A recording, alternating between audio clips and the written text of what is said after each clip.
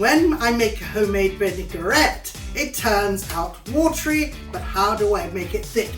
You just have to do two things first before you do anything else. So the first thing you've got to do is add some mustard. This is Dijon. This is 2 teaspoons of vinegar. Now, the trick is I whisk it together. And I use sunflower seed oil, or whatever you can find. Now, the reason why I add olive oil is because it gives it a little bit of richness, but you don't have to.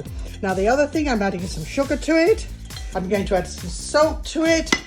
Once you've made your vinaigrette, is take a bottle and pour it in here. Make sure it's all in. Shake it all about. You've got your vinaigrette.